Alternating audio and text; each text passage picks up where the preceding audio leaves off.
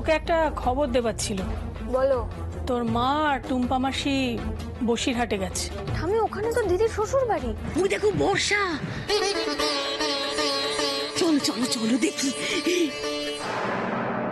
এদিকে কোথায় যাচ্ছেন? লাইনে গিয়ে দাঁড়ান। ওখানে গিয়ে কোনোভাবে আমার মাকে অপমানিত হতে হবে না তো?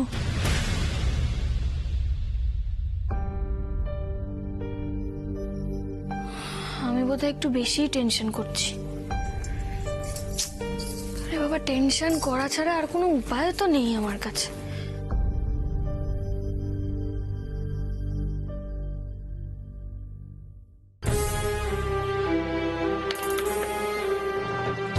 আমার কি ওভাবে বৌমাকে পাঠানোটা ঠিক হলো?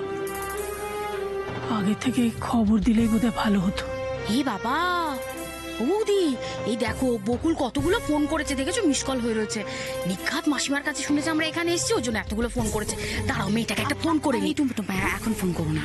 দেখো এখন ওকে ফোন করলে না ও শুধু শুধু আমাদের উপর রাগারাগি করবে। কেন লাইনে দাঁড়িয়ে আছি, কেন ওকে না বলে এসেছি। আরে তুমি বুঝতে পারছো না। দেখো ও শুধু আমাদের কষ্টটাই দেখবে টুম্পা।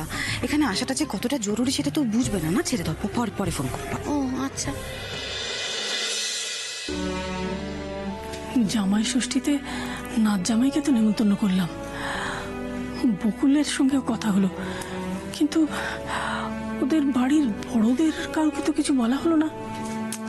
উফ, এই বর্ষার কথা ভাবতে ভাবতে সব মাথা টাথা গুলিয়ে যাচ্ছে। সব কি করে ভুলে গেলাম। ওনারা কিছু মনে করলেন কিনা কে জানে।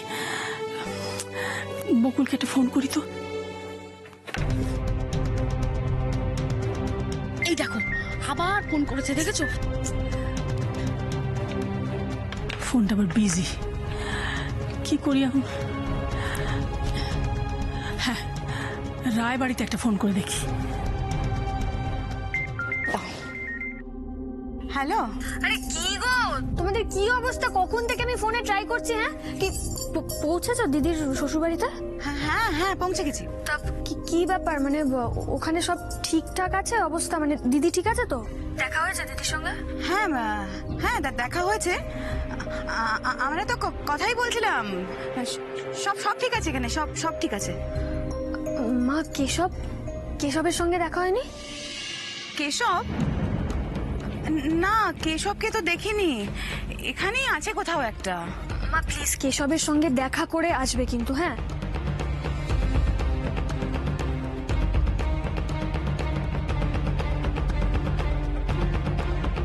তার মানে বকুল আশেপাশেই আছে, নজর রাখছে। সবাই ছড়িয়ে ছিটিয়ে আমার উপর নজর রাখছে। এদের পেরিয়ে যাবো কি করে?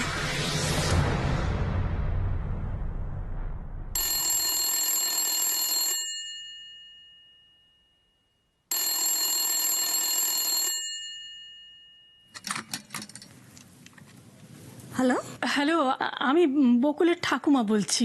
মাসিমা বলুন, রাগিনী বলছি। আশা করি আপনারা সবাই ভালো আছেন। আমার ফোন করতে একটু দেরি হয়ে গেল, এই জন্য আমি ক্ষমা চাইছি। কাল জামাই ষষ্ঠীতে বকুল আর ঋষিকে এখানে আসতে বলেছিলাম। আপনাদের যদি কোনো অসুবিধে না হয় তাহলে ওদের একটু পাঠিয়ে দেবেন। আমি শেখরবাবুকে বলতে চাইছিলাম। মাসিমা, আপনি এরকম ফর্মালিটি করছেন কেন আমাদের সঙ্গে? আপনি হুকুম করুন, বকুল ঋষি দুজনেই পৌঁছে যাবে। কেমন? আমি বলে দেবো দাদাকে, দিদিভাইকে, দুজনকে আমি বলে দেবো। আপনারা ভালো থাকবেন, কোনো চিন্তা করবেন না। কেমন? রাখি। আচ্ছা।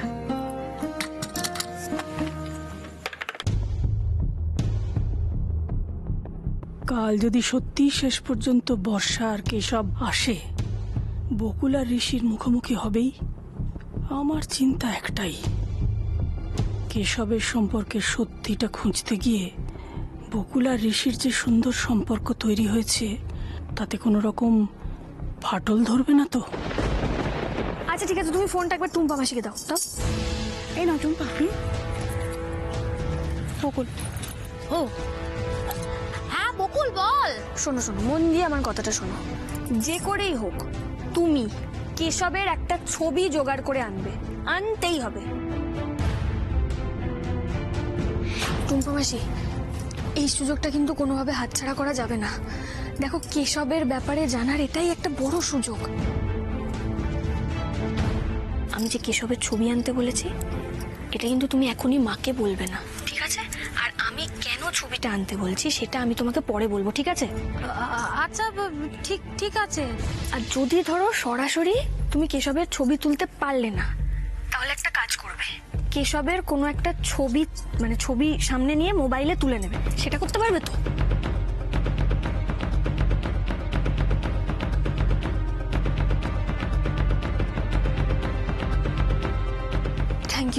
থ্যাংক ইউ টুম্পা মাসি।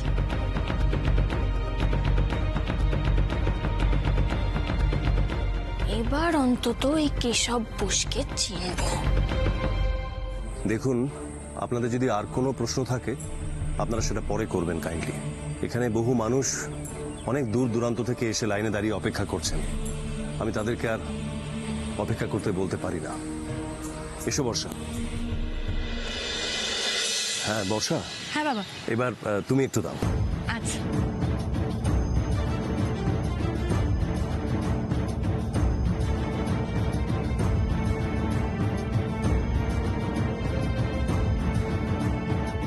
ও বৌদি, বর্ষাকে ডাকবো এখান থেকে? বর্ষাকে যদি কোনোভাবে দাদার কাছ থেকে সরিয়ে নিতে পারি, তাহলে ওর মায়ের ভোগান্তি আরো বাড়বে।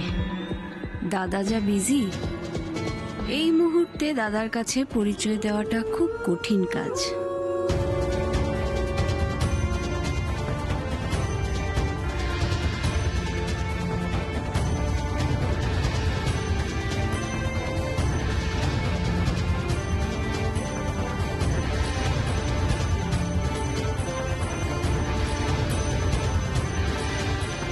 ম্যাডাম, দিদি ডাকছেন আপনাকে।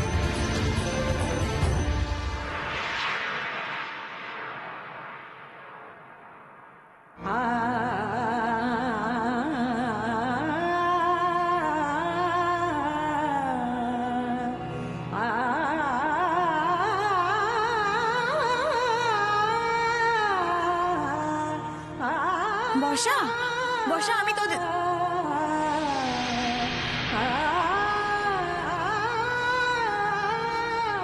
সরে দাঁড়ান, আরেকজনকে সুযোগ দিন। আরে দুধ ছাতা, তখন থেকে বলছি আমরা এগুলো নিতে আসিনি, আমরা এসেছি এবাড়ির বউ বর্ষার কাছে।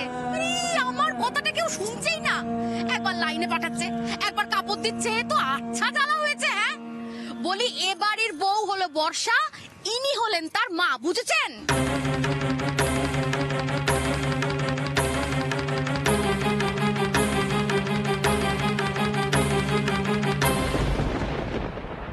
বকুল, কেন মা? আয় এদিকে একটু। পুজো দিতে গিয়েছিলে? কিসের পুজো দিতে গিয়েছিলে গো? ওই যে ঋষির পিসিমণি, ওনার জন্মদিন আজকে। কি পিসিমণি বা ঋষির পিসিমণি, আরে ওই কুনালের কথা শুনেছিস তো তুই? কুনালের মা। খুব মজার মানুষ, খুব ভালো মানুষ। দাদা আর দিদি ভাই খুব ভালোবাসতেন জানিস, খুব সম্মান করেন। আমি ভাবলাম আজকে ওনার জন্মদিন, তাই ওই কাছের মন্দিরটার থেকে একটু পুজো দিয়ে আসি। আমি অবশ্য খুব বেশি দিন খুব কাছ থেকে ওনাকে পাইনি। তো হ্যাঁ রে, তুই কোথাও যাচ্ছিলি? হ্যাঁ, আমি তো রান্নাঘরেই যাচ্ছিলাম তোমার কাছে। ও মা, তুমি রান্নাঘরে যাচ্ছিলে আমার কাছে কেন? আমি বলেছি যেতে। এদিকে এসো, চুপ করে আরে আরে বসো, পড়াশোনা করো। এই দেখো দেখো দেখো, আমি পড়াশোনা করতেই বসেছিলাম, কিন্তু কিন্তু মনে হলো কাকিমণিকে একটু কিচেনে গিয়ে হেল্প করে আসি। কাকিমণি কিন্তু সেটা বলেনি একবারও। বলেছে, কাকিমণি বলেছে মন দিয়ে পড়াশোনাটা করতে। শোন আমার কথা, শোন তুই আমার কথাটা শোন। জামা ষষ্ঠীটা পেরোলেই তোর কলেজ খুলবে, খুলবে তো মন দিয়ে পড়াশোনাটা করতে হবে। কতবার বলছি মা, নিজের পায়ে দাঁড়া, নিজের কেরিয়ারটা তৈরি কর। আমার কথা শুনিস না কেন বলতো? পড়াশোনা করো। শোনো শোনো শোনো শোনো, আমার কথাটা শোনো। আমি মন দিয়ে পড়াশোনা করব, সব ঠিক আছে, কিন্তু তার আগে তুমি আমার কথাটা শোনো। না গো, আমি তোমার কোনো কথা শুনবো না, তুমি আমার কথা শুনবে। তুমি এখন স্নান করতে যাবে, তারপর তুমি লাঞ্চ করবে, তারপর তুমি রেস্ট নেবে, তারপর রেডি হয়ে বিকেলে বেরোবে, ব্যাস কথা শেষ। প্লিজ প্লিজ প্লিজ প্লিজ, এত তাড়াতাড়ি না, প্লিজ প্লিজ প্লিজ, একটু পরে একটু পরে একটু পরে একটু পরে একটু পরে একটু পরে। নাচা বন্ধ করো। একটু পরে না, এখনই। শোন, জীবনে নিজের পায়ে দাঁড়াতে গেলে, ভালো রেজাল্ট করতে গেলে শরীর স্বাস্থ্য সেটাকে ভালো রাখতে হয়, তাই জন্য সবকিছু সময় মেনে করতে হয়। যাও, যেটা বলছি সেটা করে ফেলো, কেমন? আমার কথা না শুনলে আমি খুব রেগে যাব। তাই তুমি খুব রেগে যাবে? রেগে গিয়ে তুমি কি করবে? আমাকে মারবে? বলো, আমাকে মারবে? আমি তোমাকে নাটক হচ্ছে, খালি বদমাইশি। পড়াশোনা করবে তো মন দিয়ে? লক্ষ্মী মা। মা, বর্ষা, তুমি আপনি বর্ষার মা? আগে কেন বলেননি? আমি অনেকক্ষণ ধরে বলবার চেষ্টা করছি, আমার কথা তো কেউ শুনছেই না। আসলে বাবা, আমি জানতাম না যে মারা আজকে এখানে আসবেন। আমি জানতে না ঠিকই, তবে এতগুলো লোকের সামনে মাকে এইভাবে। আপনার এদিকে আসুন। দেখুন, আজ এখানে অনেক মানুষ এসেছেন, তাই কোনো কারণে হয়তো কোনো ভুল হয়ে গিয়ে থাকবে। আপনি আমাকে মার্জনা করবেন। এ বাবা, না না না, দোষটা তো আমাদেরই, মানে আমরাই কোনো খোঁজ খবর না দিয়ে চলে এসেছি। বর্ষা, তুমি ওনাদেরকে ভেতরে নিয়ে যাও। আপনারা ভেতরে যান, মেয়ে জামাইয়ের সাথে কথা বলুন, আমি এদিকটা সেরে আসছি। চলো এদিকে এসো।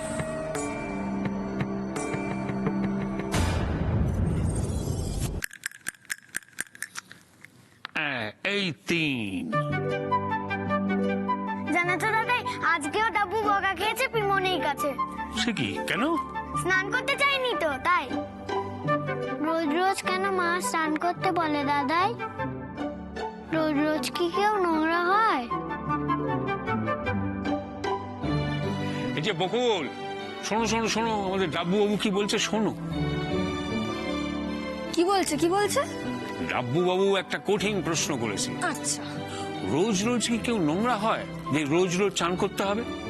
এবার বকুল ওস্তাদ দিয়ে জবাব দিক। দেখো ডাব্বু, শুধু নোংরা হলেই নয়, আমাদের তো গরম দেশ, ঠিক আছে? তো রোজ জল ঢেলে শরীরকে ঠান্ডা রাখতে হবে, বুঝতে পেরেছো? নাহলে তো শরীর খারাপ করবে, তাই না? তাহলে ঠান্ডাকালে চান করতে হবে না? ঠান্ডাকালে চান করতে হবে না মানে? ঠান্ডাকালে তো জল গরম করে চান করার মজাই আলাদা। হ্যাঁ ওস্তাদ, এবারে এসো তো আমাদের সাথে লুডো খেলতে। একদম না, অনেকক্ষণ ধরে লুডো খেলা চলছে, এবার চলো, অনেক কাজ আছে, চলো। না মা, অনেক তো খেলি না। মিষ্টি, আমি তোমায় কি বলেছি, বড়দের কথা শুনতে হয়, না হলে মামা বাড়ি যাওয়া ক্যান্সেল। আমি তো আর মামার বাড়ি যাব না, আমি তাহলে ওস্তাদের সাথে লুডো খেলি। ডাব্বু, একদম দুষ্টুমি নয়, চলো এক্ষুনি উঠে এসো। ডাব্বু যাও, মায়ের কথা শুনতে হয় তো, আমরা পরে লুডো খেলবো, ঠিক আছে? যাও যাও যাও যাও যাও। মিষ্টি দিদির কেমন সুন্দর দুটো বাড়ি আছে, কেমন বেড়াতে যেতে পারি। আমারও একটা আলাদা মামার বাড়ি চাই পাপা।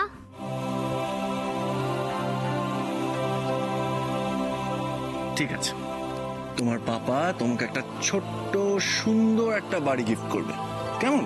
প্রমিস? সত্যি বলছো? বলছি তো, কিন্তু তার জন্য তোমার পাপাকে যে এখন কাজে বেরোতে হবে। তুমি কাজে বেরোচ্ছ? হ্যাঁ বাবা, কাকুমণি জরুরি তলব করেছে অফিসে, তো আমাকে এক্ষুনি বেরোতে হবে। হ্যাঁ, কিন্তু কিছু না খেয়ে। আমি লাঞ্চ করে নেবো অফিসে, আমি প্রথম দিন লেট করতে চাই না, তাই। ও হ্যাঁ, সমর বলছিল বটে, প্রথম দিন কাজে কি সব ফর্মালিটিস আছে তোমার ওই জয়েন করার ব্যাপারে। ঠিক আছে, তুমি কাজটা সেরে এসো। টাটা বাবা। হ্যাঁ ঠিক আছে, এসো। চলো মিষ্টি, চলো ডাব্বু। বাবা, কি ভাবছো? ভাবছি যে আমাদের পারিবারিক ব্যবসায় সৌরভকে ঢোকানোর সিদ্ধান্তটা কি ঠিক হলো? আজকের ঘটনার জন্য আমি সত্যি খুব দুঃখিত, কিন্তু স্বেচ্ছাসেবকদের তো দোষ দিতে পারি না বলুন, কারণ ওদের তো ডিউটি সেটা। আর আপনারা তো দেখেছেন যে কত মানুষ এসেছেন, কিরকম ভিড় হয়ে গিয়েছিল, সেই ভিড় সামলাতে গিয়ে একটু একটু ভুল ত্রুটি আর কি। আপনি বারবার ক্ষমা চেয়ে আমাদেরকে লজ্জা দেবেন না। আচ্ছা জামাইকে তো দেখছি না, বাড়িতে নেই বুঝি? না না, ও কি বাড়িতে থাকার ছেলে নাকি? সারাদিন কত কাজ নিয়ে ব্যস্ত থাকে। কি সব কত কাজের ছেলে, কত কি করতে পারে সে আমরা বুঝি না জানো। আচ্ছা, কেশব তো মানপুর আইটিটিতে পড়ায় শুনলাম। হঠাৎ ভাইয়ের কথা জানতে চাইছেন কেন? এই রে, বাবা যদি জেনে যায় যে কুনাল নাম ভাঙিয়েছে। হ্যাঁ, ওখানেই পড়ায়, বেশ কয়েক বছর হয়েও গেল।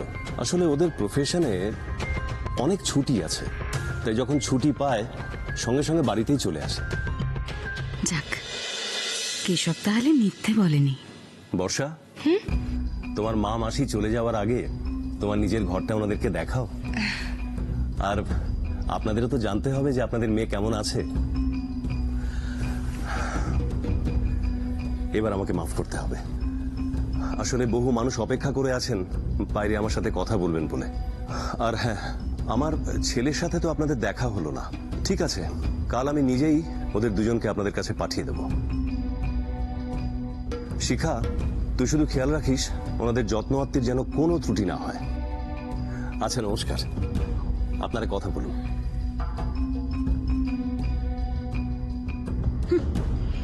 এই ভিকিরির গোষ্ঠীকে নাকি এখন আমার যত্ন করতে হবে।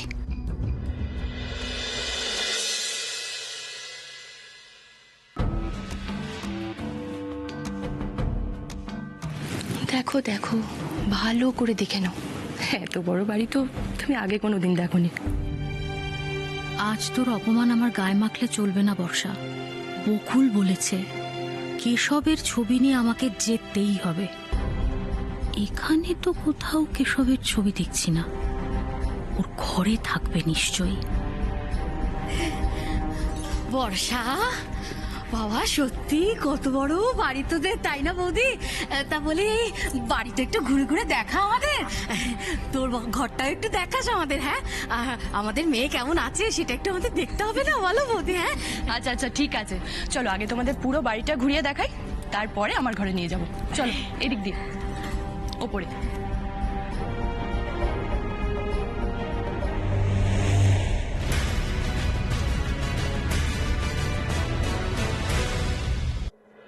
ও কাকিমণি, বলছি সুপুরি সুপুরি লাগবে না? হ্যাঁ, সুপুরি তো লাগবে, লেখ না সুপুরি। আর কি একটা, কি যেন একটা ভুলে যায়, কাঁঠাল পাতা। কাঁঠাল পাতা লাগে, কাঁঠাল পাতা লাগে। ভাল লাগে না দিদি ভাই না থাকলে সমস্ত অ্যারেঞ্জমেন্টস আমায় করতে হয়, এত ঝামেলা ভালো লাগে না আমার আর। এটা তুমি ঠিকই বলেছো কাকিমণি, মা থাকলে এতক্ষণে হয়তো লিস্টটা আমাদের হাতেই ধরিয়ে দিত। বোকামে, জানিস তো বড়রা না অনেক আঁচ আমাদের গা অব্দি পৌঁছতে দেয় না। আমরাই সব সময় ঠিকঠাক মূল্য দিয়ে উঠতে পারি না, আমাদেরই দুর্ভাগ্য। এই যে তুমি এখানে কি করছো? হ্যাঁ, হাসবে না, আমি তোমাকে বলেছিলাম না রেস্ট নিতে। তুমি কি করছো এখানে? ঘুম আসছে না তো, কি করছো তোমরা? এই তো লিস্ট, আমি আর কাকিমণি মানে লিস্ট করছি। দেখো না, দেখো না, একবার দেখি নাও তো। আরে ওর হাতে বলছি তুমি কাদের নামে পুজো দেবে এবারে? কাদের নামে দেবো কিরে? যাদের নামে প্রত্যেকবার দিই, বাড়ির সব বাচ্চাদের নামে পুজো দেবো আমি। ডাব্বু, মিষ্টি, এসা, রোহন, ঋষি, তুই, রোশনি, সৌরভ, আর কেউ বাকি থাকলো? ওই একটা বদ এসে জুটেছে আমার কপালে, সেটার নামও তো পুজো দিতেই হবে। সেটা বুঝি আমি? না গো, তুমি বদ না, তুমি বদের ধাড়ি। প্লিজ দাও। মা বাবা কি হাসি। সব ঠিকঠাক লিখেছিস তো? দেখ দেখে। এটা কি ফুচকা? কি করছে? ইচ্ছে করছে তাই লিখেছি, ব্যাস। Very good. খেতে ইচ্ছে করছে বলে তুই পুজোর লিস্টে ফুচকা লিখবে? সবার কি আনন্দ দেখলে না, আমার কাটা একেবারে জ্বলে যায়। পুজোর ব্যাপার সিরিয়াস ভাব দিয়ে দিই ভাই। আমি চলে যাবো, বাড়ি ছেড়ে চলে যাবো। কাকিমণি প্লিজ যেও না, না প্লিজ যেও না। কার নামে পুজো দেবে কিছু ঠিক করেছিস? মিষ্টি কাকিমণি। কার নামে আবার? ডাব্বু আর মিষ্টির নামে। আমিও তো ডাব্বু আর মিষ্টি দুজনের নামেই পুজো দেবো। ও মা, তুই আর ডাব্বু মিষ্টি দুজনের নামে পুজো দিবি? বাহ, খুব ভালো কথা। কি হলো, তোমাদের এখনো লিস্ট তৈরি শেষ হলো না? বকুল, অদিতি, কখন বেরোবে তোমরা? এই তো বাবা লিস্ট হয়ে এসেছে, এবার বেরোবো। এই জানো বকুল, এই ষষ্ঠীর দিন ফুটবল খেলতে যাওয়া নিয়ে আমার আর সমরের সঙ্গে মায়ের কি ঝামেলা লেগেছিল। ও বাবা, আমাদের বাড়িতেও তো এক কেস। মা আমাদের দুই বোনের নামে পুজো রাখতো আর বলে দিয়েছিল যে বাড়ি থেকে ওই দিন বেরোনো যাবে না। আর আমারও কপাল যেমন, আমার রাজ্যের বন্ধুদের সেই দিনই রাজ্যের কাজ, মানে সে কাউকে রক্ত দিতে যাওয়া, তারপরে কাউকে এমনি সাহায্য করতে যাওয়া, আমিও বেরোবো, মাদার ইন্ডিয়াও বেরোতে দেবে না, মানে কি ঝামেলা বাবা, কি বলবো আর। আমি আর সমর খুব জ্বালাতন করতাম মাকে। আমি কম, সমর খুব বেশি। মাকে একেবারেই জ্বালাতো না আমার বোনটা। এই ষষ্ঠীতে তো আরো এক জামাইয়ের এ বাড়িতে আসার কথা, আমার বোনটার বর। সমর আর বোনকে তো আমি বরাবর নিজের সন্তানের মতোই ভেবে এসেছি, কিন্তু এমনই ভাগ্য, একটা ভুল বিয়ে করে বোনটার সংসারের উপর এমন বিতৃষ্ণা জন্মে গেল যে সব ছেড়ে ছুড়ে বিদেশ পাড়িয়ে দিল। কতদিন যে দেখি না মনটাকে। আজ ওর জন্মদিন, জানো, জন্মদিনে দূর থেকেই আশীর্বাদ করতে হলো। নিয়তি নিয়তি, বুঝলে বকুল, সবই নিয়তি।